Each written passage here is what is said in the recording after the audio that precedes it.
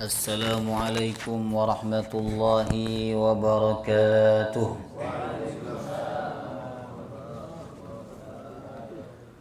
Bismillahirrahmanirrahim. Alhamdulillahi rabbil alamin. Nahmaduhu wa nasta'inuhu wa nastaghfiruh. Wa na'udzu billahi min shururi anfusina wa min sayyiati a'malina. Man yahdihillahu fala mudilla lahu wa man yudlil fala hadiya lahu.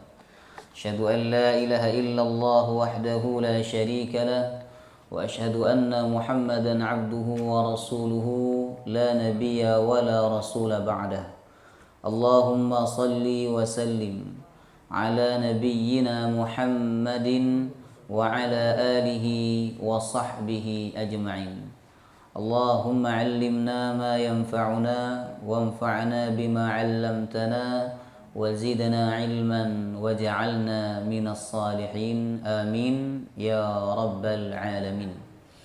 Alhamdulillah, segala puji bagi Allah yang membimbing kita semua duduk di dalam majelis ilmu.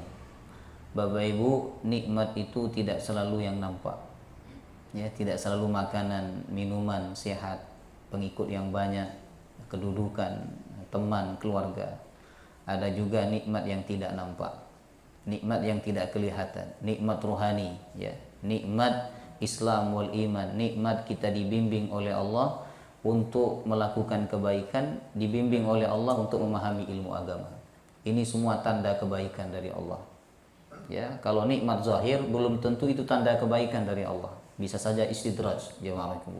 Tapi nikmat rohani ini tanda kebaikan dari Allah. Kata Nabi, "Idza aradallahu bi'abdihi khairan ista'malah."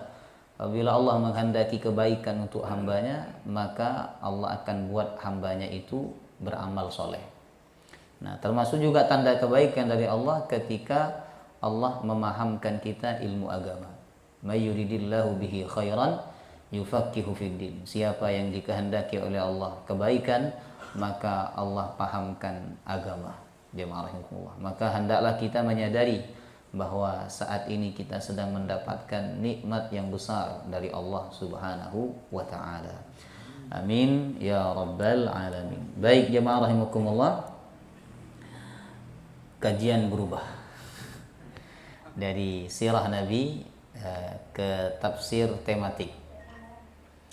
Tafsir ayat-ayat pilihan, ya, Bapak Ibu. Dan tafsir tematik ini saya sesuaikan dengan momennya, ya. Jadi kalau momennya kurban, kita akan belajar tafsir kurban, tentang kurban, ya. Kalau momennya momen Muharram gitu kan, kita akan belajar tentang bulan-bulan haram. Jadi kita sesuaikan dengan momennya. Kalau tidak ada momen Bapak Ibu, maka kita akan cari ayat-ayat pilihan yang masyhur seperti ayat kursi, kemudian 2 akhir Al-Baqarah, kemudian ayat-ayat yang lainnya, jemaah rahimakumullah. Baik. Kenapa tafsir tematik? Kok bukan tafsir tafsili, tafsir yang urut? Karena kita pertemuannya 2 bulan sekali, ya. Pertemuan kita 2 bulan sekali, jemaah rahimakumullah. Nah, kalau tafsir urut yaitu juz 30 atau juz 1 berurutan, ini tadi kata Ustaz Suryadi, khawatir enggak nyambung begitu kan, karena pembahasan yang sebelumnya sudah hilang, Bapak Ibu. Jadi kita ambil tafsir tematik, ya. Kita untuk memahami Al-Qur'an secara utuh butuh waktu yang lama, Pak. Di Masjid Asy-Syura kita juga ada pengajian rutin ba'da maghrib setiap hari Kamis, tafsir urut. Jadi kalau panjenengan ingin yang urut Bapak Ibu, ya, runtun dari awal sampai akhir, ikuti Kamis ba'da maghrib. Ya. Sekarang sudah masuk juz 4 kalau nggak salah. Juz 4, ya. Sudah juz 4. Ya, sudah juz 4 surah Ali Imran, jamaah rahimakumullah. Nah, untuk yang Kamis kajian Ahad pagi, kita ambilkan yang tematik saja. Ya, jadi ayat-ayat tertentu kita bahas, kita ambil pelajaran. Setelah itu kita buka tanya jawab. Jazakumullah. Baik, insyaallah nanti malam kita sudah masuk tanggal 1 Dzulhijjah. Ya. Jadi mulai nanti malam Bapak Ibu jemaah rahimakumullah, itu hari-hari terbaik sepanjang tahun. Kata Nabi, ma min ayyamin al-amalu salih fihinna ahabu ilallah min hadhil ayyam. Tidak ada hari di mana amal soleh amat sangat disukai oleh Allah, ya, melebihi hari-hari ini, yaitu 10 hari pertama bulan Dzulhijjah. Jemaah rahimakumullah. Jadi mulai nanti malam, ya, salat maghrib kita itu salat maghrib terbaik, jemaah rahimakumullah, ya, sepanjang tahun. Salat maghrib yang paling dicintai oleh Allah, salat isya yang paling dicintai oleh Allah, sedekah yang paling dicintai oleh Allah selama 10 hari ke depan, Bapak Ibu. Jemaah rahimakumullah. Makanya tadi disampaikan oleh Ustaz Suryadi, hendaklah kita menjaga kemuliaan hari-hari tersebut dan jangan kita kotori dengan maksiat kepada Allah Subhanahu wa taala. Baik. Jemaah rahimakumullah. Ayat pilihan yang akan kita pelajari pagi hari ini yaitu surah Al-Maidah ayat 27 sampai 31. Yang kurang jelas di layar bisa buka di HP, ya, biar HP-nya nanti bersaksi, ya, HP-nya bersaksi di hadapan Allah bahwa dipakai untuk ngaji. Nah, buka surah Al-Maidah ayat 27 sampai 31. Sudah dibuka? Nah, yang di layar jelas nggak ini? Nggak percaya saya, Pak. Tua-tua ini. Ini jelas? Jelas nggak? Oh, kurang jelas ya. Buka HP-nya. HP bisa di zoom. Ini sudah mentok zoomnya Bapak Ibu, ya. Baik, temanya dari ayat-ayat ini yaitu menyingkap pelajaran hidup dari kisah kurban Qabil dan Habil. Jemaah rahimakumullah. Nah, biasanya kisah kurban itu yang masyhur adalah kisahnya Nabi Ibrahim dan Nabi Ismail. Nah, untuk pagi hari ini coba kita singkap pelajaran dari kisah Qabil dan Habil, jemaah rahimakumullah. Nah, mungkin selama ini kita sudah mendengar kisah Qabil dan Habil, Bapak Ibu, tapi itu kisah, ya. Bukan ayat-ayat yang kita dengarkan, kisah, jemaah rahimakumullah, ya. Dan seringkali ketika kita mendengar kisah Qabil dan Habil itu yang terbayang adalah mereka berdua ini bertengkar karena rebutan cewek cantik, kan begitu, jemaah rahimakumullah.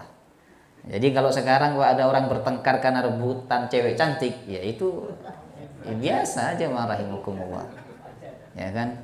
Bahkan ada yang sampai carok, ya jemaah rahimakumullah, ya kan. Nah, itu biasa Bapak Ibu, ya.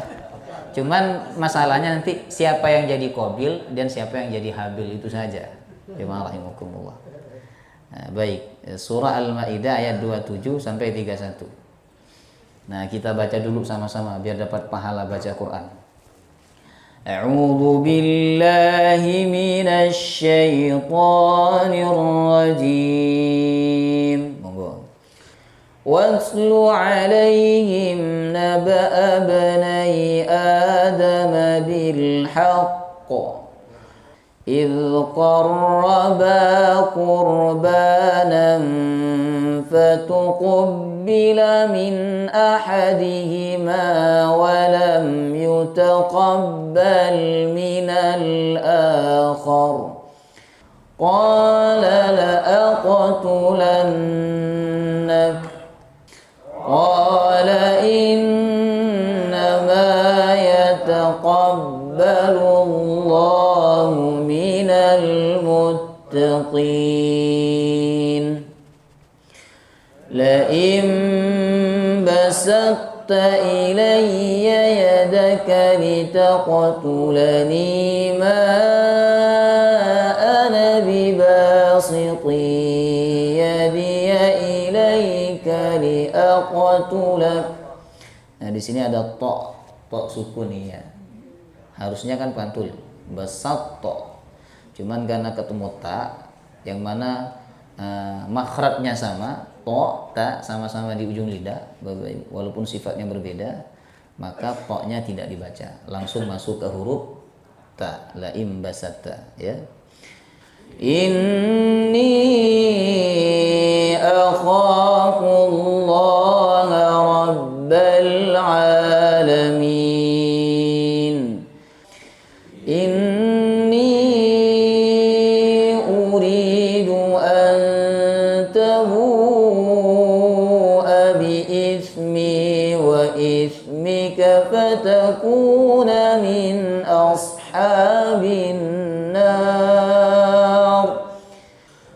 dzalika jazaa'ul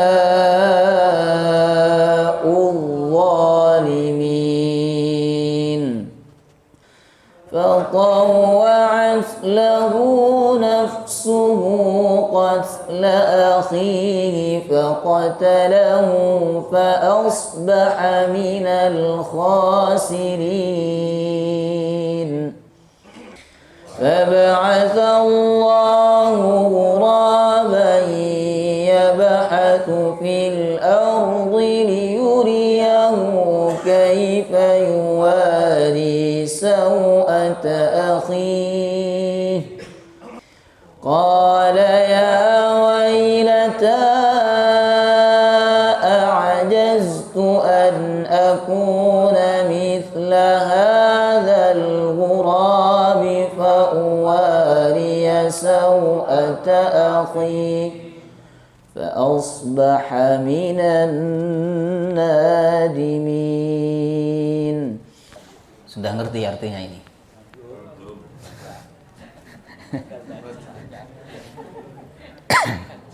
Baik ya, saya jelaskan. Setelah itu kita ambil pelajaran. Ini masih ada kaitannya dengan kurban, Pak. Ya. Walaupun ayat tentang kurban yang masyhur itu kisah Nabi Ibrahim dan surah Al-Kautsar. Ya, fashalli lirabbika wanhar. Baik. Allah berfirman, "Watlu 'alaihim naba'a bani Adam bil haqq." Bacakanlah kepada mereka, wahai Muhammad, mereka yang dimaksud adalah orang Yahudi. Karena waktu itu orang Yahudi punya rencana untuk membunuh Nabi SAW. Maka jemaah rahimakumullah, Allah perintahkan Nabi Muhammad untuk membacakan kisah Qabil membunuh Habil. Artinya kalau kalian membunuh aku, kata Nabi Muhammad, kalian adalah orang yang sangat buruk sebagaimana bapak kalian yaitu Qabil. Ibnai Adam, dua putra Nabi Adam. Menurut ulama masyhur yang dimaksud adalah Qabil dan Habil, hanya beda huruf depan saja, jemaahullah. Bil haq, dengan benar. Al haq Bapak Ibu kisah yang tidak ditambah-tambah dan tidak dikurangi. Jadi kalau jenengan menyampaikan kisah peristiwa kejadian apa adanya, itu disebut dengan bil haq. Idz qarraba qurbanan, ketika keduanya mempersembahkan sesuatu kepada Allah untuk mendekatkan diri. Nah, jadi kurban ini di sini kita ketemu kata kurban. Nah, kurban itu jamaah rahimakumullah dari kata qaruba, artinya dekat. Kalau ada tambahan alif dan nun, jadi kurban maknanya adalah sungguh-sungguh mendekatkan diri kepada Allah. Sama dengan Quran. Quran itu artinya bacaan yang sempurna karena ada alif dan nunnya di ujung. Tapi kalau dia bacaan biasa, kalimatnya adalah qiraah. Qiraah, bacaan, Bapak Ibu. Ini hebatnya bahasa Arab ya. Dia tidak perlu menambah kata. Hanya menambah huruf saja, jamaah rahimakumullah, atau merubah huruf saja, dia sudah bisa merubah makna, Bapak Ibu. Jadi yang betul sebenarnya kurban itu bukan penyembelihan, Pak. Kurban itu adalah sungguh-sungguh mendekatkan diri kepada Allah. Kalau panjenengan sholat dan dengan sholat itu panjenengan sungguh-sungguh mendekatkan diri kepada Allah, itu bisa disebut kurban. Jemaah rahimakumullah. Jenengan haji, umrah, yang mana di sana jenengan sungguh-sungguh mendekatkan diri kepada Allah, itu juga disebut kurban. Adapun penyembelihan Bapak Ibu dalam rangka mendekatkan diri kepada Allah, itu bahasa yang lebih tepat adalah udhiyah. Satu akar kata dengan Idul Adha. Id, hari raya, Adha. Adha itu penyembelihan. Kenapa disebut Adha? Satu akar kata dengan duha, karena penyembelihan itu dilakukan pada waktu duha. Jemaah rahimakumullah. Nah, makanya dalam kitab fikih itu kan sunnahnya kalau sholat Idul Adha diawalkan, Pak. Asal masuk waktu langsung dilakukan. Waktu syuruk itu jam berapa sekarang? Masuk waktu syuruk. Anggaplah jam 6 kurang 15 gitu kan. Nah, itu sudah masuk syuruk, berarti sudah sangat utama untuk melaksanakan sholat Idul Adha. Kenapa disunnahkan untuk diawalkan pelaksanaannya? Dua alasannya. Pertama, orang belum sarapan. Ya kan sunnahnya habis subuh nggak makan toh. masuk waktu subuh tidak makan sampai selesai sholat, Bapak Ibu. Yang kedua, supaya segera menyembelih. Nah, beda dengan Idul Fitri. Kalau Idul Fitri itu sunnahnya agak diakhirkan, Pak, siang, mungkin jam setengah 7 atau jam 7, sambil dua alasannya. Yang pertama, orang sudah sarapan. Yang kedua, sambil menunggu orang yang belum bayar zakat. Jemaah rahimakumullah. Nah, baik. Jadi yang lebih tepat kalau untuk penyembelihan itu bahasanya apa tadi? Udhiyah. Tapi kalau kurban, Bapak Ibu, yang kita gunakan itu ya, itu makna sesungguhnya adalah sungguh-sungguh mendekatkan diri kepada Allah. Lebih umum, ya, lebih umum, jemaah rahimakumullah. Nah, kenapa Qabil dan Habil ini berkurban? Jadi ceritanya, Pak, yang masyhur dalam kitab Tafsir Ibnu Katsir itu, Qabil ini tidak mau menikahi adiknya Habil, ya kan? Begitu ceritanya. Habil ditetapkan oleh Nabi Adam harus menikahi adiknya Qabil. Jemaah rahimakumullah. Jadi dalam riwayat itu, setiap Sayyidah Hawa melahirkan anak selalu melahirkan kembar, laki perempuan. Ya, selalu kembar laki perempuan. Nah, dalam syariatnya Nabi Adam, anak harus menikah dengan saudara yang beda masa kelahirannya. Berarti nikah silang, Pak. Jadi Qabil nikah dengan adiknya Habil, Habil nikah dengan adiknya Qabil. Nah, waktu itu Qabil nggak mau karena adiknya Habil tidak cantik. Yang cantik malah adiknya Qabil. Jadi Qabil nggak mau, jemaah rahimakumullah. Ya. Nah, Qabil tidak mau. Memang fitrah laki-laki begitu. Ya, jadi kalau ada laki-laki maunya sama yang cantik saja, yang jelek nggak mau, itu bukan Qabil, Pak. Memang fitrahnya seperti itu. Jemaah rahimakumullah. Yang dilihat oleh laki-laki pertama itu adalah cantiknya. Ya. Makanya jemaah rahimakumullah, kalau perempuan tidak melihat tampannya, enggak ibu-ibu. Jadi kalau lihat laki-laki yang dilihat apanya? Bukan tampannya kan? Duitnya. Jemaah rahimakumullah. Enggak semua perempuan seperti itu. Ada yang dilihat solehnya. Jemaah rahimakumullah. Nah, baik. Itu wajar, Pak, karena fitrah laki-laki memang sejak di zaman Nabi Adam begitu. Jemaah rahimakumullah. Nah, karena Qabil nggak mau menikah dengan adiknya Habil, Nabi Adam cari cara nih, Pak, Bapak Ibu. Nyari cara gimana supaya Qabil ini mau menerima ketetapan tersebut. Kata Nabi Adam, gini aja deh, kalian mempersembahkan sesuatu kepada Allah. Siapa yang persembahannya diterima, berarti itu nanti yang akan menikahi Iklimah, adiknya Qabil itu. Jemaah rahimakumullah. Kalau persembahan yang diterima Qabil, berarti Qabil yang akan menikahi. Nabi Adam ini dari awal sudah membaca, Pak. Sudah menilai yang akan diterima itu adalah punyanya Habil. Punya Qabil ini nggak akan diterima sama Allah, karena dia anaknya nakal, suka melanggar aturan Allah Subhanahu Wa Taala, Bapak Ibu. Ya, itu hanya cara Nabi Adam supaya Qabil mau menerima kenyataan tersebut. Jemaah rahimakumullah. Ya sudah, keduanya mempersembahkan sesuatu. Qabil mempersembahkan hasil pertaniannya, karena dia bertani, Bapak Ibu. Tapi dia sembahkan yang jelek-jelek. Jadi yang kering-kering itu dalam kitab Ibnu Katsir dikatakan yang kering, yang jelek-jelek itu dia ambil, dia persembahkan. Yang bagus-bagus dia simpan. Kemudian sedangkan Habil, jemaah rahimakumullah, mempersembahkan hasil ternaknya dan dia ambil yang terbaik. Dia persembahkan kepada Allah SWT, Bapak Ibu. Nah, cara dulu mempersembahkan sesuatu, jemaah rahimakumullah, dengan diletakkan di tanah lapang. Ya, Allah datangkan api untuk memakan. Siapa yang dimakan persembahannya, berarti itulah yang diterima. Ya, tidak dikasih ke orang miskin, apalagi dulu, Pak, nggak ada orang. Jemaah rahimakumullah. Nah, belum ada orang, Bapak Ibu. Ya, akhirnya apa? Diletakkan di tanah lapang. Nah, subhanallah, dalam ayat ini Allah mengatakan fatuqbila min ahadihima walam yutaqabbal minal akhar. Maka diterima salah satu dari keduanya dan tidak diterima salah satu dari keduanya. Berarti yang satu diterima, yang satu tidak diterima. Jemaah rahimakumullah. Dalam riwayat yang diterima adalah punyanya Habil. Sedangkan yang tidak diterima adalah kurban atau persembahannya Qabil, jemaah rahimakumullah. Ya.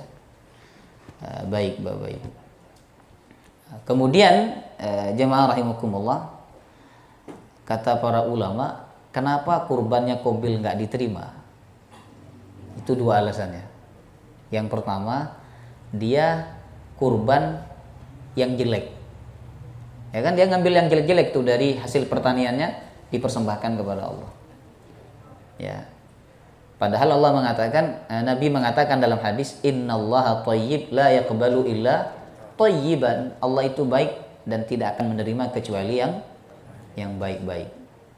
Nah, makanya dalam Islam, Pak, syariat umat Nabi Muhammad, hewan kurban itu betul-betul diprotek, Bapak Ibu, dari usianya dan juga kesehatannya.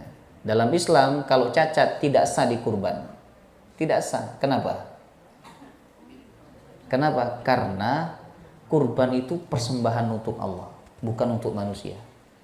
Jadi Pak, yang perlu panjenengan pahami betul, kurban itu bukan sosial loh Pak. Kurban itu bukan sosial. Hakikatnya kurban itu ritual. Dia persembahan seorang hamba kepada Allah. Dulu orang-orang kafir, Bapak Ibu, mempersembahkan kambing kepada berhala. Ya, kepada Hubal, Lata, Uzza, Manah. Nah, sedangkan dalam Islam, umat Islam mempersembahkan penyembelihan itu kepada Allah. Itu disebut ritual. Jemaah rahimakumullah. Ya, disebut dengan ritual. Nah, makanya yang dilihat dalam kurban itu bukan besar kecilnya hewan kan, tetapi usianya. Usianya Pak, walaupun besar, kalau usianya belum masuk, tidak sah dikurban. Coba jangan lihat saya. Walaupun kecil ini, istrinya 2, anaknya. Jemaah rahimakumullah. Ya. Usianya sudah 32 saya Bapak Ibu, walaupun kecil begini. Nah, ada besar Pak, besar sekali orangnya, tapi usianya masih 12 tahun, 13 tahun. Jadi yang dilihat itu bukan apa? Bukan besar kecil, tapi usianya. Walaupun kecil, tapi usianya sudah masuk Bapak Ibu, sudah sah dikurban. Cacat, jemaah tidak sah. Ada 4 cacat yang tidak sah dikurban kan?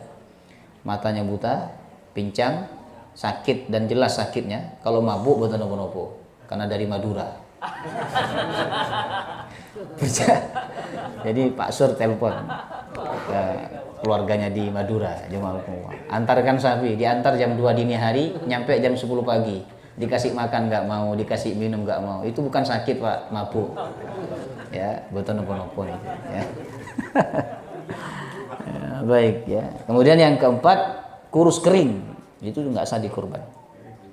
Itu alasan kenapa kurbannya Qabil nggak diterima sama Allah. Karena dia kurbannya, dia persembahkan yang jelek-jelek, Bapak Ibu. Nah, baik. Kemudian ketika kurbannya Qabil nggak diterima sama Allah, artinya dia nggak bisa menikahi adiknya itu. Adiknya akan dinikahi oleh Habil. Maka muncullah kedengkian dalam hatinya Qabil. Kata Qabil, la aqtulannak. Aku akan membunuh engkau wahai Habil. Jadi nggak ada cara lain katanya Qabil ini. Kalau kamu masih hidup, pasti kamu yang akan menikahi adikku. Maka tidak ada cara lain kecuali aku bunuh engkau. Nah, itu Pak, solusi terakhir orang kalau kalah bersaing begitu Pak. Kan begitu manusia. Kalau udah kalah bersaing, kalah perlombaan, ya sudah main nyawa aja ma'rifumullah. Ya, membunuh Bapak Ibu. Ya, karena bagi dia kalau selama masih ada, pasti dia akan kalah.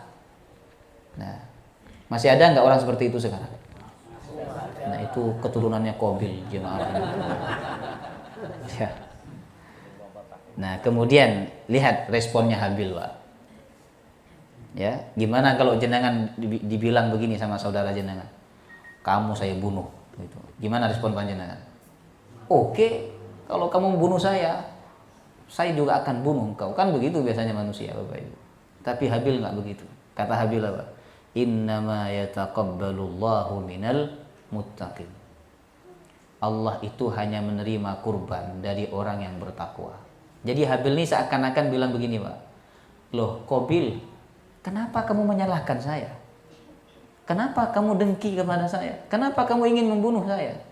Nerima kurban itu bukan urusan saya, tapi urusannya Allah.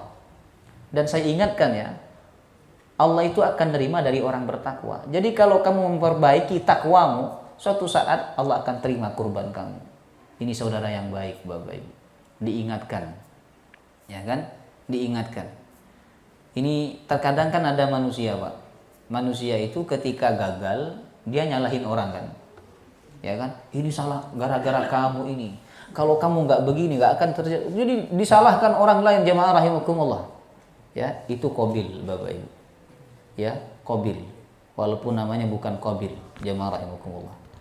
Nah, sedangkan Habil itu berusaha menyadarkan saudaranya, ya kan? Supaya dia bisa introspeksi diri, ya, memperbaiki diri, jamaah rahimakumullah. Kata Habil, "Innama yataqabbalullahu minal muttaqin." Allah itu hanya menerima kurban dari orang-orang yang bertakwa. Ini alasan kedua kenapa kurbannya Qabil nggak diterima, Pak.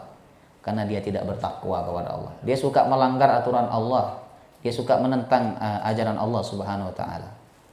Kemudian kita lanjut. Ini masih perkataannya Habil kepada Qabil.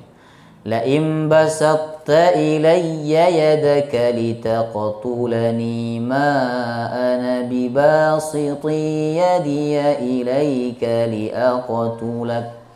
Jika engkau mengulurkan tanganmu kepadaku, wahai Qabil, kata Habil, untuk membunuh aku, ma ana bibasiti yadiya ilayka liaqtulak. Sampai kapanpun aku tidak akan mengulurkan tanganku untuk membunuh engkau. Nah, subhanallah. Perhatikan dalam tafsir Bapak Ibu. Ini indahnya kalau kita belajar tafsir ya. Jadi ketika Allah menggambarkan ucapannya Qabil yang ingin membunuh Habil, ya, Allah sebut dengan fi'il. La imbasata, ini fi'il, Pak. Fi'il itu terikat dengan waktu. Ya. Bisa saja sekarang punya niat membunuh tapi besok tidak. Sedangkan jamaah rahimakumullah, ketika Allah menyebut ucapannya Habil, bibasit, Allah menggunakan kalimat isim. Isim itu nggak terikat waktu. Jadi seakan-akan Habil mengatakan, sampai kapanpun aku nggak akan punya niat membunuh engkau.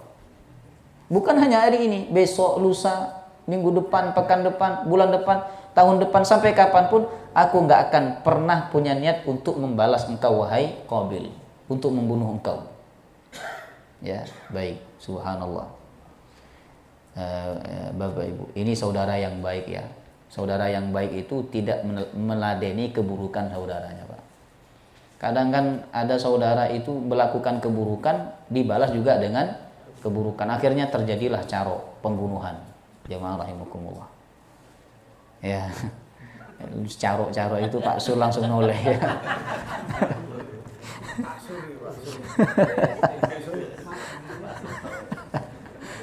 Baik. Nah, terjadilah pembunuhan. Ya karena diladeni, jamaah rahimakumullah. Nah, jadilah Habil, Bapak Ibu. Jangan meladeni keburukan, ya. Inni akhafullaha rabbal alamin. Sungguhnya aku takut kepada Allah, Tuhan semesta alam. Aku enggak akan mungkin niat membunuh engkau, wahai Qabil, kata Habil. Karena aku takut kepada Allah. Jadi seakan-akan Habil bilang, apa kamu enggak takut kepada Allah kalau kamu ingin membunuh aku? Nah, kemudian nasihat yang ketiga dari Habil ya. Inni uridu an tabu'a bi ithmi wa ithmika fatakuna min ashabin nar. Sesungguhnya aku ingin engkau menanggung dosaku dan dosamu sehingga engkau menjadi penghuni neraka. Ini kan ditakut-takuti, Pak. Kata Habil, wahai Qabil, kalau kamu membunuh aku, awas loh, kamu akan menanggung dua dosa. Dosaku dan dosa kamu. Ya, dosaku dan dosa kamu. Karena kamu adalah orang yang menzalimi aku. Jadi orang yang menzalimi itu akan menanggung dosa orang yang dizalimi.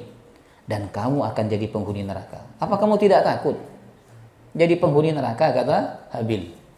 Wa dzalika jazaa'udz zalimin. Itu adalah balasan bagi orang-orang yang zalim. Jadi ditakut-takuti terus sama Habil, jamaah rahimakumullah. Ya, Bapak ini saudara yang baik ya. ketika melihat saudaranya ingin melakukan keburukan, ditakut-takuti dengan neraka, dengan dosa, dengan ancaman, dengan laknat dari Allah SWT. Tapi waktu itu Qabil sudah dikuasai oleh hawa nafsunya. Nah, di ayat ini, di ayat berikutnya ini, ayat 30. Fatawwa'at lahu nafsuhu qatla akhihi faqatalahu fa asbaha minal khasirin. Maka nafsunya telah membuat dia tunduk. Jadi Bapak Ibu, fatawa'at lahu nafsuhu itu adalah orang yang hidupnya sudah dikuasai oleh nafsu, udah dikendalikan oleh nafsu. Sehingga nasihat itu udah nggak mempan, Bapak Ibu. Nasihat, ancaman itu nggak mempan, ya karena sudah dikuasai oleh hawa nafsu, ya kan? Hati nuraninya sudah tertutup, jemaah rahimakumullah. Ya, itu yang disebut oleh ayat fatawwa'at lahu nafsuhu. Ya, qatla akhihi, untuk membunuh saudaranya. Jadi dia sudah dikuasai oleh keinginan, kedengkian, kebencian kepada saudaranya, sehingga niatnya betul-betul mantap untuk membunuh saudaranya. Faqatalahu, lalu dia membunuh saudaranya itu. Dia membunuh Habil. Dalam satu riwayat dibunuhnya dengan dengan batu yang besar. Jadi batu besar itu dilemparkan kepada saudaranya dan saudaranya meninggal. Jemaah rahimakumullah. Nah, ada juga riwayat mengatakan Habil dicekik oleh Qabil, Bapak Ibu. Ya, dicekik. Ada juga riwayat mengatakan bahwa Qabil menggunakan sajam. Ya.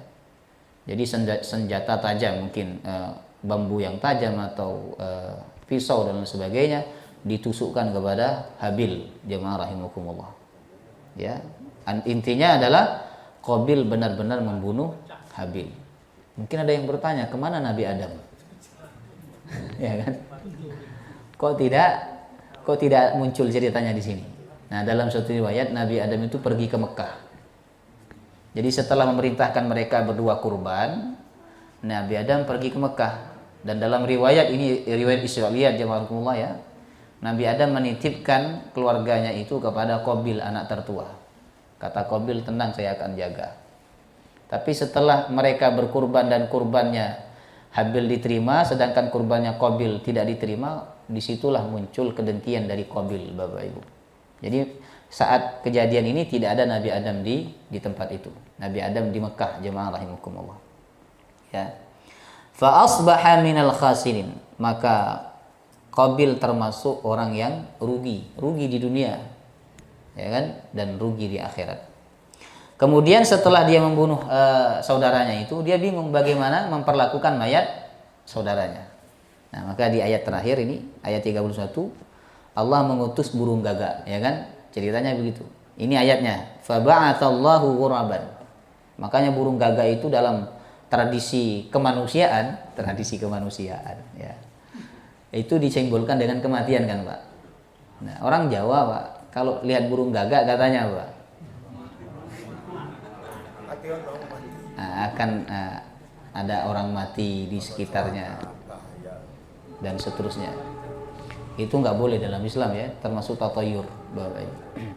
Tetapi itu pengalaman, orang nggak akan bilang seperti itu, Pak, kalau tidak ada kejadian atau pengalaman. Itu kan berdasarkan pengalaman, Bapak Ibu. Akhirnya dibuat sebuah ketetapan, ya kan?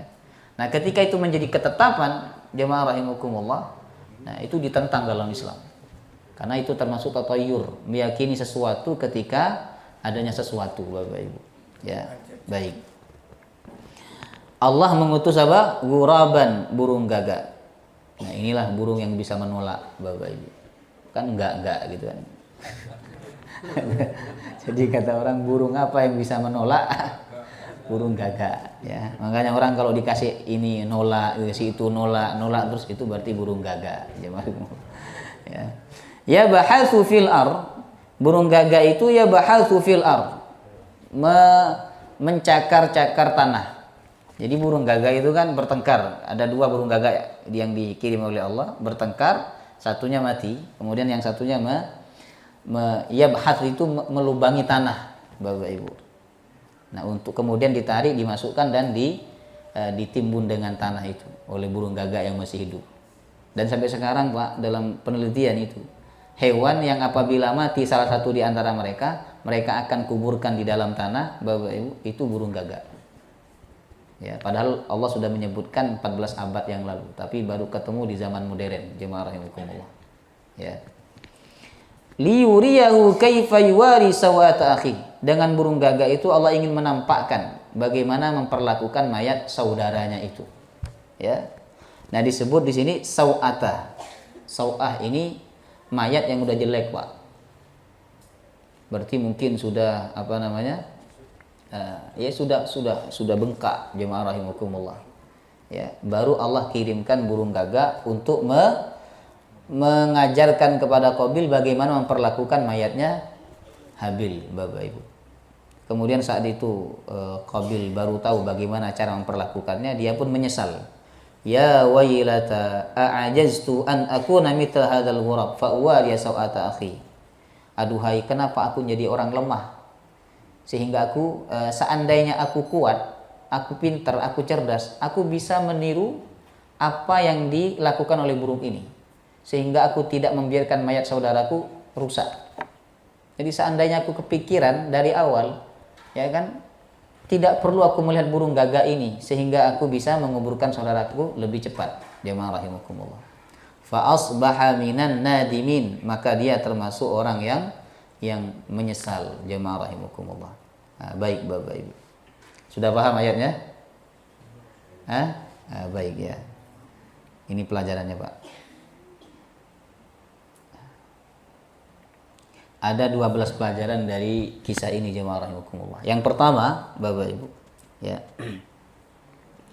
tentang dahsyatnya bahaya hasad, dengki, Pak.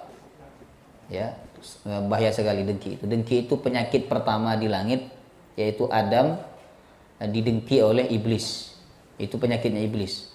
Kemudian yang kedua, Bapak Ibu, penyakit pertama manusia di bumi, itu penyakitnya Qabil, jemaah rahimakumullah.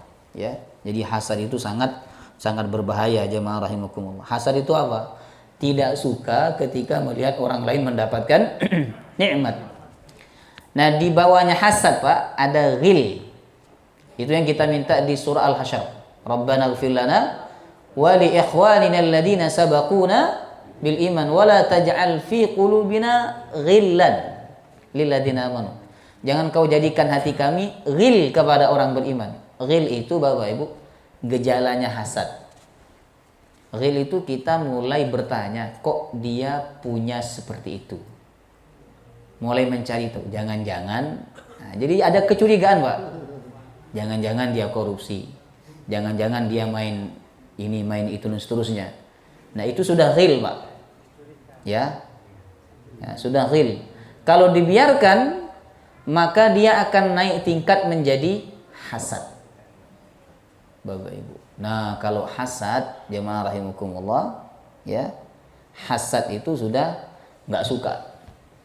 Dia nggak suka, dia berat hati ketika melihat orang lain sukses, ketika melihat orang lain berhasil, ketika orang lain mendapatkan kenikmatan dari Allah Subhanahu wa taala, dan itu sifatnya Qabil. Jemaah rahimakumullah. Nah, ini penyakit. Kata Nabi dalam hadis yang sahih riwayat Imam Al-Hakim, riwayat Imam At-Tirmizi, kata Nabi, dabba ilaikum da'ul umam qablakum. Telah menimpa kalian penyakit umat sebelum kalian. Apa itu? Al-hasad, yaitu dengki.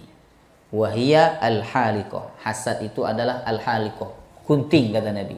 Dia bukan menggunting pakaian, tapi dia menggunting agama. Jadi orang kalau punya hasad, dia telah menggunting agamanya, dia telah memotong agamanya, dia telah merusak agamanya, Bapak Ibu. Ya, makanya hasad ini harus diobati. Nah, gimana caranya, Pak? Ngobati hasad itu, kata Syekh Mutawalli Asy'arawi, jamaah rahimakumullah, diam-diam mendoakan kebaikan kepada orang yang dihasad. Insya Allah hasadnya hilang. Nah, jadi kalau kita sudah mulai ghil, mulai bertanya tentang nikmatnya orang, mulai kepo. Orang kalau kepo biasanya, Pak. Nah, itu nanti akan muncul sifat hasad, Bapak Ibu. Ya. mulai nggak senang ketika disebut tentang keberhasilan orang, itu ghil, Pak. Ya, ghil. Walaupun belum nampak, jemaah rahimakumullah. Nah, segera obati. Nah, caranya apa? Langsung doakan kebaikan. Jangan iri nggak sama saya? Oh, buatan deh. Nah, kalau supaya tidak iri, supaya tidak dengki, Bapak Ibu, ya, itu doakan kebaikan. Diam-diam. Diam-diam, Pak. Doakan kebaikan. Ya Allah, semoga kesuksesannya itu barakah. Ya kan? Semoga mobil yang baru dia beli jadi mobil barakah. Doakan kebaikan, hilang, Pak, kedengkian itu. Akan musnah ghil itu dari hati kita. Jamaah rahimakumullah. Nah, coba kita belajar mendoakan diam-diam kebaikan untuk saudara kita. Nah, kalau kita mendoakan diam-diam, Bapak Ibu, kata Nabi kan dalam hadis yang sahih, maka kebaikan itu Allah berikan kepada kita. Saya sudah pernah cerita di majelis ini. Kalau nggak salah saya pernah cerita, Pak, di majelis ini bahwa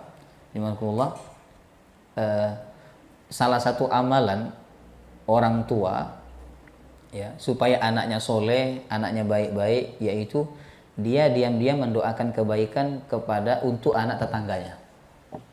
Mendoakan kebaikan. Dan disebut nama anak tetangganya itu, ya Allah, fulan bin fulan, jadikan dia anak soleh. Bapak Ibu. Nah, saya diajarin sama guru saya, Pak. Kalau mendoakan anak itu, sebut namanya satu-satu, Pak. Sebut namanya. Biar kita betul-betul menghayati doa itu untuk dia. Ya kan, sebut satu-satu namanya. Ya Allah, anakku yang bernama Ahmad itu, ya Rabb, bimbing dia jadi anak soleh, anak yang berbakti, anak yang taat, anak yang berilmu, dan seterusnya. Sebut namanya, Pak. Nanti anak perempuan, sebut, ya Allah, anakku perempuan itu, bimbing dia jadi anak solihah, pertemukan dia dengan suami yang soleh. Sebut namanya, Bapak Ibu. Kalau anaknya banyak bagaimana? Sebut satu-satu. Mungkin anaknya 12. Sebut satu-satu. Tapi kan orang sekarang paling mentok 5, Pak. Orang sekarang paling mentok 5, paling banyak 5. Ya kan? Kebanyakan 3, kalau enggak 2, Bapak Ibu. Jemaah rahimakumullah. Ya kan? Nah, sebut satu-satu, Pak, nama anak, ya. Kalau nama istri nggak perlu disebut, Pak, karena istrinya cuma 1. Kecuali istrinya jenengan 2, 3, itu baru sebut satu-satu, Pak. Ya Allah, istriku yang bernama ini, jadikan dia istri yang soleha. 1, ya Allah, istriku yang 1 yang sana di sana itu, ya Allah. Nah, itu sebut satu-satu, Pak. Jadi menyebut nama ketika berdoa itu lebih mantap. Jamaah rahimakumullah. Nah, itu cara mengobati hasad, Bapak Ibu. Yang kedua, kata ulama, jauhi takatsur. Takatsur itu berlomba-lomba memperbanyak harta. Akan menimbulkan hasad itu, Pak. Nah, maka jauhi. Jamaah rahimakumullah, ya. Kemudian berdoa kepada Allah dengan doa di surah apa tadi? Al-Hasyr ayat 10. Rabbana ighfir lana wa li ikhwanil ladzina sabaquna bil iman wa la taj'al fi qulubina ghillan lil ladzina amanu. Baik. Pelajaran yang kedua dari kisah tadi, takwa merupakan syarat asas diterimanya amal kebaikan seorang hamba.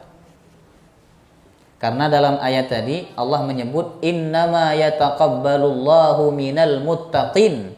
Allah hanya menerima dari orang bertakwa. Ini ayat yang bikin takut para ulama, Pak. Jadi ada sahabat Nabi SAW namanya Ibnu Umar radhiyallahu anhu, beliau mengatakan, seandainya aku tahu satu saja dari sujudku, aku tahu diterima oleh Allah SWT, ya, itu tentu lebih aku cintai daripada dunia dan seisinya. Saking tidak ada yang tahu bahwa amal seseorang itu diterima atau tidak oleh Allah SWT, Bapak Ibu. Ada juga seorang ulama, ya, ketika menjelang wafatnya beliau menangis. Jamaah rahimakumullah, ya. Yaitu Amir bin Abdullah. Beliau ini terkenal sebagai orang soleh.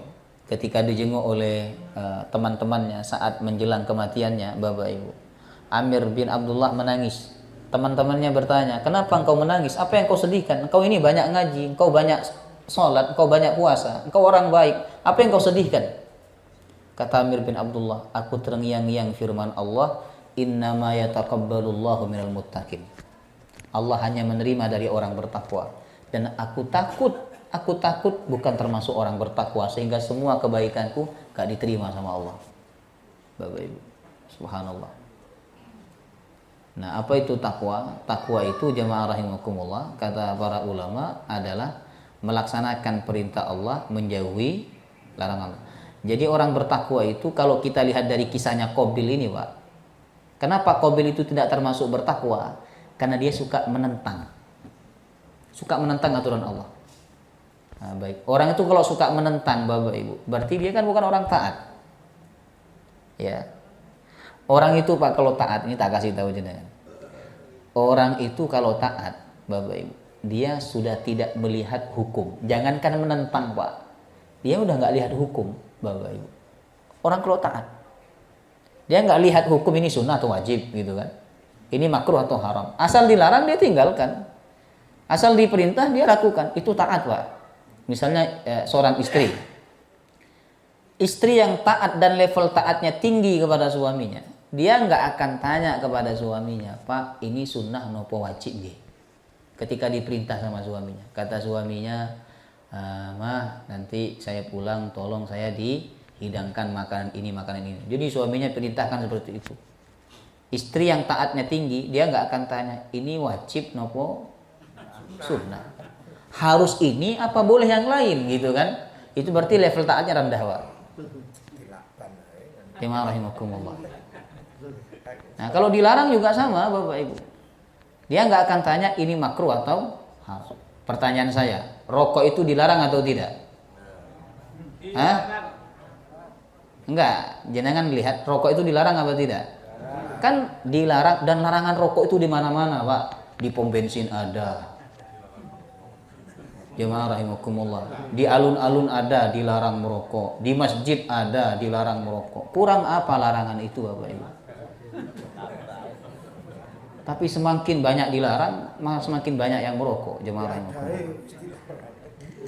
Ya, bahkan dibungkusnya itu loh dilarang merokok, jemaah rahimakumullah. Ya.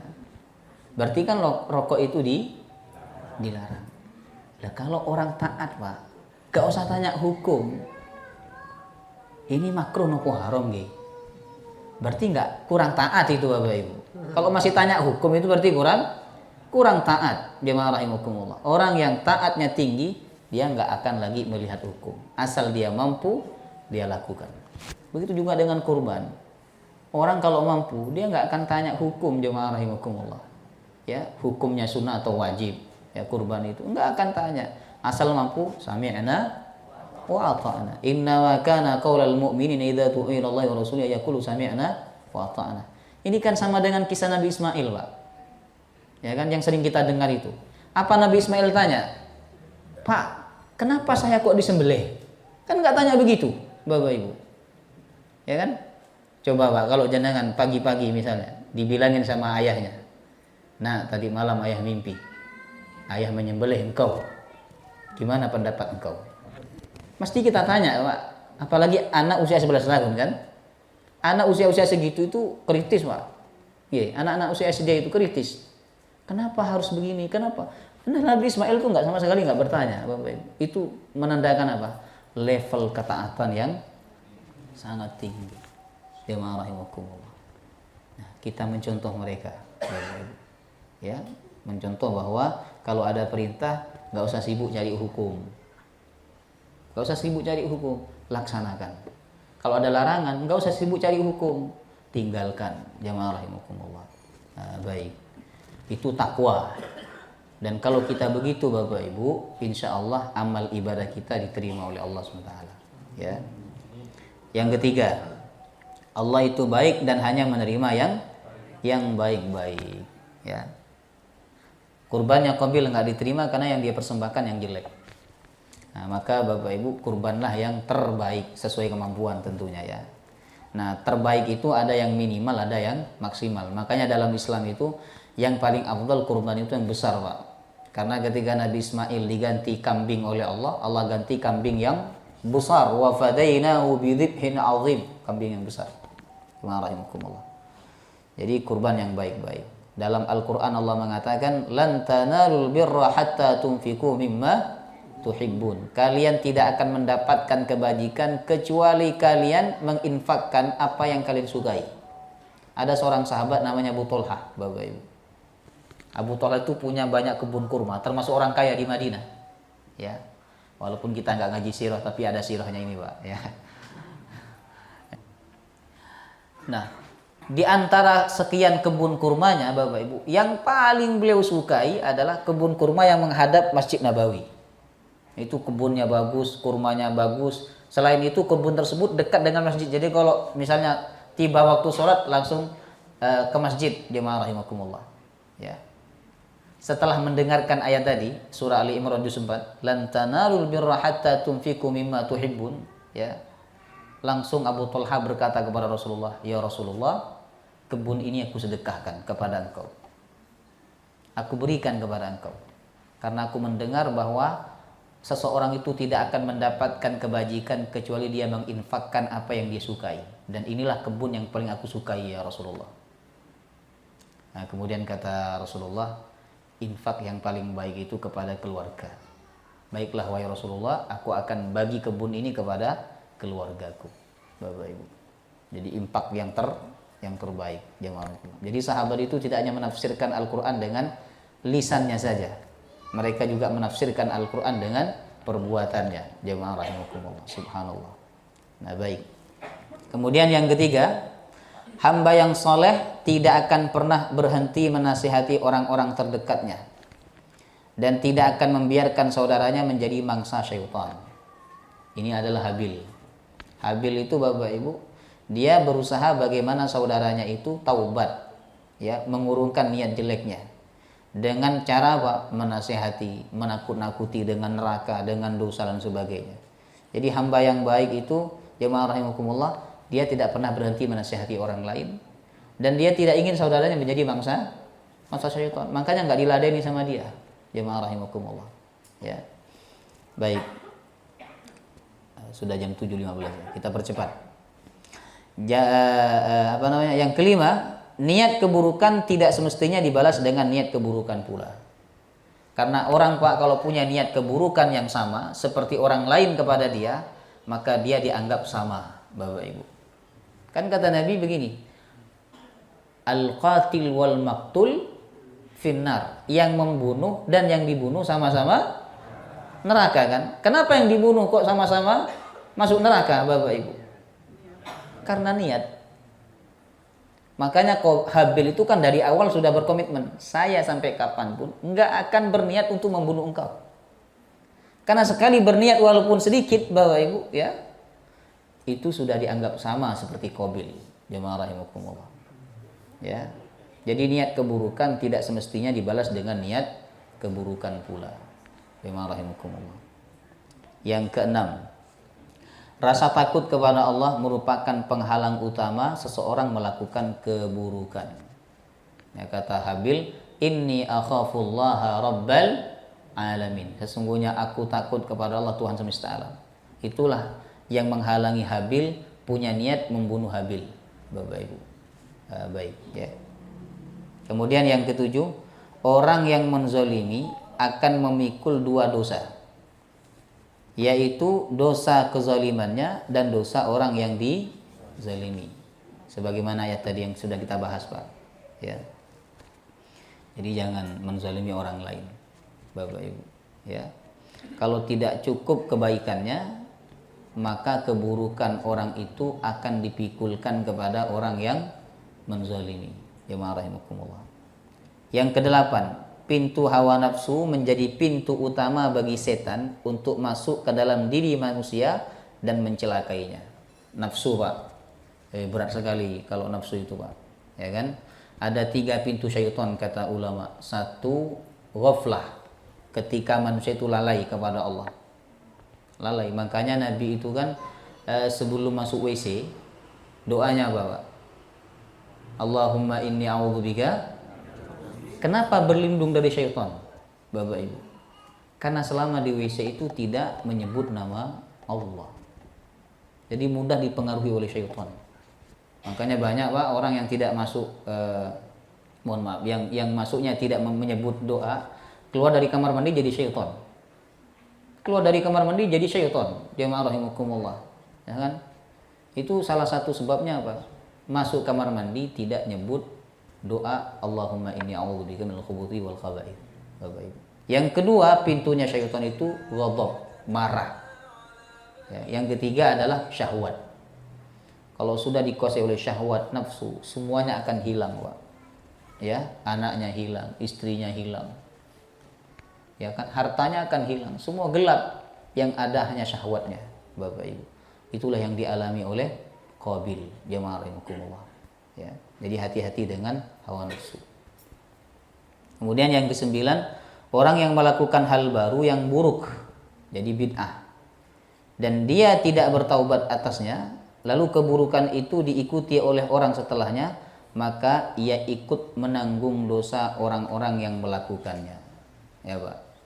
Jadi kalau ada orang melakukan hal baru tapi dia buruk, Bapak Ibu, lalu keburukan itu diikuti oleh orang dan dia tidak bertaubat atas keburukan itu, maka jamaah rahimakumullah, orang dia juga ikut mendapatkan dosa orang-orang yang mengikuti keburukannya. Makanya Nabi mengatakan setiap ada orang yang membunuh, maka Qabil juga ikut mendapatkan dosanya, karena dialah yang pertama kali mencontohkan pembunuhan.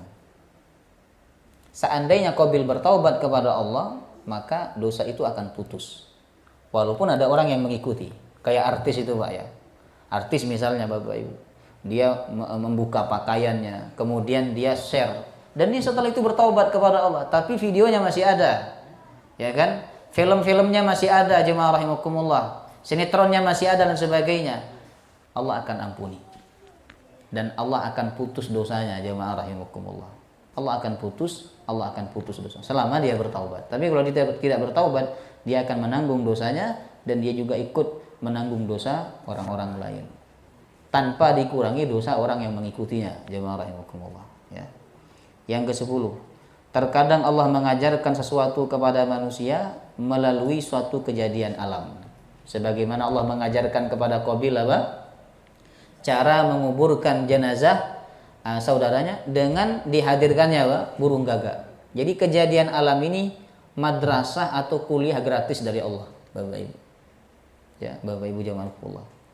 Makanya kita kan disuruh berjalan mengambil pelajaran dari kejadian alam ini. Yang ke-11, penyesalan tanpa taubat tidak ada gunanya.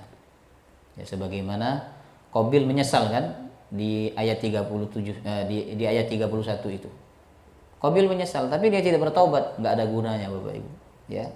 Dan dosa besar yang tidak ditaubati akan menyebabkan su'ul khatimah. Nauzubillah min dzalik, ya. Yang terakhir, betapa bahayanya fitnah wanita. Laki-laki bisa melakukan apa saja untuk mendapatkannya. Jadi fitnah terbesar bagi laki-laki adalah wanita. Kata Nabi, tidak aku tinggalkan fitnah yang lebih membahayakan bagi seorang laki-laki melebihi wanita. Ya, fitnah Pak.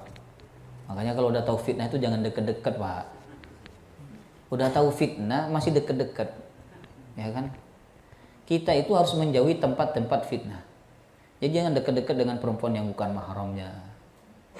Jangan dekat-dekat dengan perempuan yang bukan mahramnya. Kan jangan tahu itu fitnah. Kenapa masih dekat-dekat? Akhirnya terjadilah keburukan. Jemaah rahimakumullah. Ya kan? Terjadi keburukan Bapak Ibu. Nabi Yusuf. Kenapa Nabi Yusuf lari ketika digoda oleh Zulaiha, jemaah rahimakumullah? Karena di situ tempat fitnah, makanya melarikan diri. Nah kita kan enggak Pak, nyari tempat fitnah, tujuannya apa? Uji iman, imannya segitu mau diuji Bapak Ibu. Jangan kok ini Pak, ke Ijen, ke Friday, oh Ustadz saya mau uji iman. Sejauh mana iman saya melihat perempuan-perempuan yang tidak benar pakaiannya itu, ya, imannya kerucil-kerucil kayak gitu mau diuji.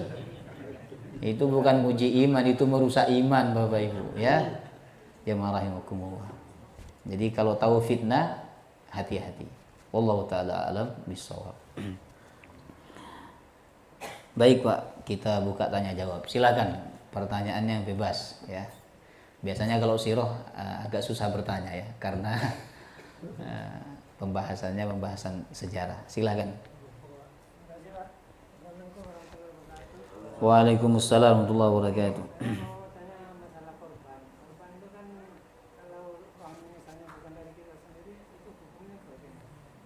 Uangnya bukan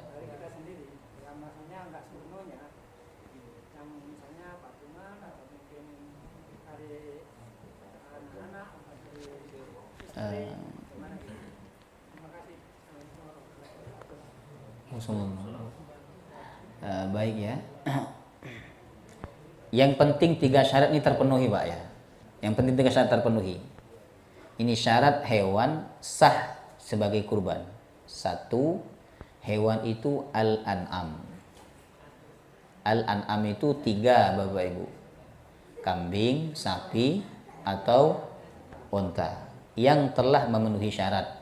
Usianya tadi sudah saya jelaskan, tidak ada cacat.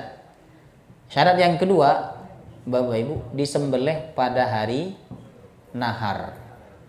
Hari nahar itu hari penyembelihan 10, 11, 12, 13. Yang ketiga, disembelih dengan niat mendekatkan diri kepada Allah. Itu 3 syarat. Seandainya uang itu misalnya hasil urunan anak-anak, kita kurban hari ini, tahun ini kita kurban ya urunan untuk bapak, betul nopo. Yang tidak sah itu kalau urunan kambing. Misalnya jamaah Asyura, sumbangan 100 dapat 3 juta beli kambing. Lalu diniatkan kurban untuk semua jamaah Asyura, tidak sah. Tidak sah jamaah Rasulullah, karena kambing itu untuk satu keluarga. Dalam mazhab Syafi'i untuk 1 orang. Dalam mazhab Maliki 1 kambing untuk 1 keluarga yang berada di bawah tanggungannya. Ya. Yang berada di bawah tanggungannya berarti anak istri. Tapi kalau anaknya itu sudah menikah dan dia sudah berkeluarga sendiri, sudah dilepas dari tanggungan orang tua, berarti sudah tidak dianggap sebagai di bawah tanggungannya, Bapak Ibu. Jadi tidak masalah, Pak. Ya, tidak masalah. Patungan, urunan, anak-anaknya urunan untuk supaya orang tuanya bisa kurban tahun ini, boleh saja. Jamaah rahimakumullah. Kalau nyicil, boleh nggak nyicil? Boleh Bapak Ibu. Ya nyicil kurban boleh jamaah rahimakumullah. Jangan misalnya nggak punya uang bulan ini, bulan depan baru ada, itu pun belum pas gitu. Nyicil, bilang ke masjid, Pak kami nyicil ya pakai uang masjid. Buat nopo. Jadi kas masjid itu tidak hanya untuk masjid Bapak Ibu. Bisa juga digunakan untuk orang nyicil kurban. Tapi nggak usah ada ribanya lah. Masa nyicil kurban ada ribanya? Jamaah rahimakumullah. Ya, tidak boleh. Ya. Ada yang lain? Silakan, Pak. Nah, silakan. Mungkin ini pengalaman yang sudah saya alami. Yang pertama, ada seorang berkorban kambing minta dagingnya itu daging sapi. Yang kedua, ketika dari korban itu menitipkan kambingnya ke korbannya ke kita, ketika disembelih kambingnya mati. Bagaimana? Kemudian kambingnya mati, iya, mati. Sebelum disembelih. Kemudian yang ketiga, ada seseorang karena suatu masyarakat itu tidak ada yang berani, laki-laki tidak ada berani menyembelih, akhirnya yang menyembelih itu perempuan. Oh, perempuan.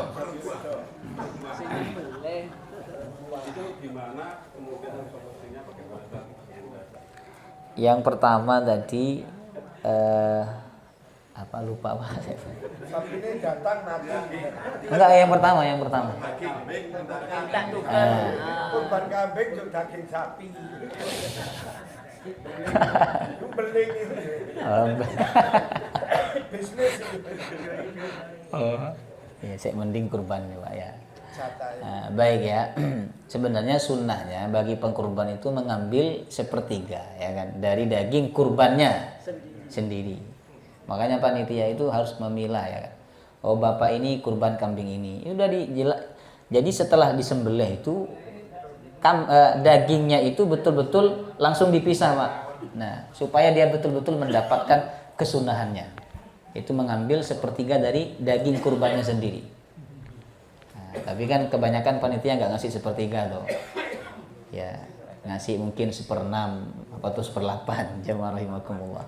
Ya. Atau ngasih 2 kilo 3 kilo tidak masalah Bapak Ibu ya. Itu kalau kita ingin menjalankan sunnah secara sempurna. Jadi diambilkan dari daging kurbannya sendiri. Nah kalau dia kurban kambing minta daging sapi ya tidak masalah. Nah, jamaah rahimakumullah ya tidak masalah ya kan, karena pengkurban itu juga berhak mendapatkan daging kurban dari kurbannya orang lain. Nah juga berhak Pak ya. Jadi walaupun misalnya saya kurban bukan berarti saya tidak berhak mendapatkan daging kurbannya orang, tetap berhak. Karena pembagian daging kurban itu gampang Bapak Ibu ya kan. Yang penting itu nyembelihnya sah, ritualnya sah, sudah. Mau daging itu dibagikan kepada siapapun boleh jemaah. Cuman sunnahnya dibagi 3 tadi, 1/3 untuk kurban yang berkurban, 1/3 untuk sedekah, 1/3 untuk hadiah. Hadiah itu untuk orang yang mampu tapi dalam rangka menghormati Pak. Boleh nggak di freezer? Boleh Bapak Ibu. Jenengan misalnya nih udah kurban, bilang ke panitia saya minta 20 kilo. Tahun depan kata panitia kawan kurban dewe kan. Nah, boleh minta 20 kilo disimpan. Jadi kalau ada orang datang dikasih gitu kan. Nanti ada orang datang dikasih. Jemaah rahimakumullah. Maksud dia itu nanti diberikannya nanti kalau orang udah jarang makan kambing atau makan daging sapi. Mau dikasih. Yang nggak boleh itu dijual. Itu nggak boleh Pak. Ya nggak boleh dijual kalau yang berkurban. Tapi kalau yang menerima ya betul nopo-nopo. Alhamdulillah ini saya termasuk orang yang banyak menerima daging kurban Bapak Ibu. Ya, karena hampir setiap masjid itu memberi.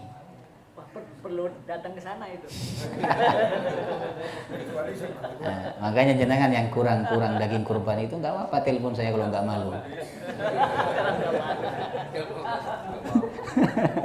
Nggak malu. Nggak apa-apa telepon. Tapi nggak pernah saya jual Pak. Walaupun rumah saya dekat Pasar Gadang ya, nggak pernah saya jual Pak. Alhamdulillah. Ya, saya bagi-bagikan ke tetangga ya kan. Allah Ta'ala alam. Ini saya cerita supaya masjid itu ngasih ke saya maksud itu. Nah, bercanda Bapak Ibu. Yang kedua tadi apa? Mati kambingnya sebelum disembelih. Ngakunya tuh antara daging kambing itu apa sama dengan daging sapi yang gimana? Apanya? Bagian tadi loh. Caranya memberikan kepada yang minta itu jatahnya. Kan beda dia tadi. korban kambing, kemudian Minta dia sapi. apakah sama antara jumlahnya kambing dia haknya? Oh enggak. Gimana? Haknya beda, ya kan? Jadi kalau yang kambing itu kan tadi 1/3. Tapi yang daging sapi itu dikasih berapa boleh. Mungkin dikasih 1/2 kilo atau 1/4 kilo jemaah. Ya boleh. Ya. Jadi tidak harus sama dengan bagian kurbannya. Karena itu bukan kurbannya dia. Ya, bukan daging kurbannya dia. Yang kedua, kambingnya mati. Mati Sebelum apa disembelih. jalan menanggung atau gimana? Panitia statusnya. Oh, panitia. Ganti nopo. Kalau itu kelalaian panitia, wajib mengganti. Panitia itu wajib mengganti. Tapi kalau itu bukan kelalaian panitia, mungkin karena hewannya memang yang dibeli itu memang kurang sehat, Bapak Ibu. Ya. Akhirnya mati, jemaah rahimakumullah. Maka itu bisa diinfokan kepada pengkurban. Hewannya mati, ini harus diganti dengan hewan yang baru. Apakah dia sudah dianggap berkurban saat itu? Belum Pak, secara hukum fikih belum. Tapi secara niat insya Allah dia sudah sampai kepada Allah. Karena dalam Al-Quran yang nyampe kepada Allah itu adalah takwanya bukan dagingnya. Ada yang lucu Pak. Jadi sapinya ditambat kan malam-malam gitu. Pagi mau dikurban, hilang sapinya, Pak. Sapinya hilang. Saya pernah bilang Ya kan? Itu tentu kelalaian panitia juga itu. Ya kan? Harusnya dijaga, ya, penjagaan 24 jam, Bapak Ibu. Panitia itu berat, Pak. Makanya jangan kritik panitia aja. Ya. Panitia itu berat, belum bagikan daging, bersihkan jeruannya. Belum lagi nanti salah hitung. Yang dihitung sekian tapi ternyata meleset, jemaah rahimakumullah, karena sapinya kecil. Jemaah rahimakumullah. Itu bingung panitia, Bapak Ibu, ya. Kemudian jadi secara ini kalau kesalahan panitia wajib mengganti karena itu amanah, ya. Kemudian yang ketiga tadi apa? Oh, tidak masalah. Yang nyembelih perempuan. Syarat penyembelih itu tidak harus laki-laki. Perempuan boleh. Ya ma'rahimakumullah. Perempuan boleh menyembelih. Asal. Ya. Yang penting saat menyembelih itu, Pak, ya kan, bermaksud menyembelih untuk orang yang berkurban. Apakah wajib nyebut nama? Kata ulama tidak wajib. Kalau nyebut nama dan nama yang disebut salah, misalnya namanya Irwan, tapi nyebutnya Iwan, itu bisa nggak sah kurbannya. Sama dengan sholat jenazah. Sholat jenazah itu kita tidak wajib menyebut nama, Pak. Pokoknya kita sholat bermaksud menyolati jenazah itu, ya kan, walaupun kita nggak tahu namanya, Bapak Ibu. Udah. Karena kalau kita nyebut nama dan salah namanya, kata ulama, itu justru bikin sholatnya tidak sah. Nah, jadi sudah penyembelih itu cukup melihat daftar nama yang ada di papan, dan dia bermaksud menyembelih hewan untuk daftar nama yang ada di papan itu. Ya, Bismillah, Allahu Akbar, ya kan? Nah, Bismillah, Allahu Akbar, sudah disembelih, Pak. Dengan maksud menyembelih untuk nama-nama yang ada di daftar nama itu, sudah cukup. Ya ma'rahimakumullah, ya kan? Makanya Bapak Ibu kalau ngasih nama nama daftar pengkurban itu nggak usah yang susah-susah, pakai nama singkat aja, Bapak-Bapak. Panggilan. Ya, nama panggilan. Yang penting kan niatnya, Pak, bermaksud menyembelih untuk orang tersebut. Ya ma'rahimakumullah. Nggak usah Imam Haji, Imam Sodikin, MPD, MSI, nggak usah. Kawan. Salah gelar salah. Ada lagi? Ustaz, Terakhir. ini terakhir. Ini paling terakhir ini. Biasanya sudah umpama anak kita itu kurban, cuma keluarganya 5. Nah, itu orang tuanya nuntut bapak atau mbah sing almarhum melok jadi 7 orang. Dia kurban sapi 1. Tapi satu keluarga itu cuma 5.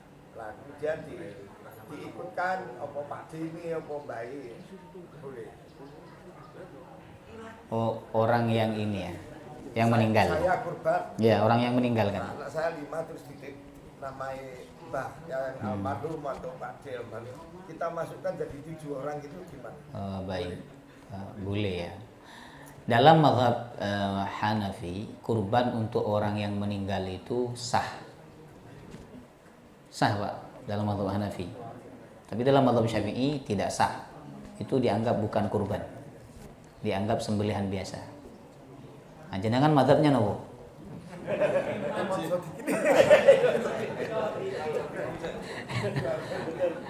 Iya. Baik, dalam mazhab Hanafi, baik, itu sah-sah saja. Ya, boleh-boleh saja. Ya ma'rahimakumullah. Dan tidak harus 7, Pak, kalau sapi itu. Kadang kan dipaksakan 7. Nggak harus, misalnya cuma 3 gitu kan, buat nopo-nopo. Tapi cukup buat beli sapi gitu ya. Nah, 5 orang saja buat nopo-nopo. Maksimal 7 orang, Bapak Ibu, untuk sapi ya. Allah taala alam. Baik ya. Dari saya sekian. Assalamualaikum warahmatullahi wabarakatuh.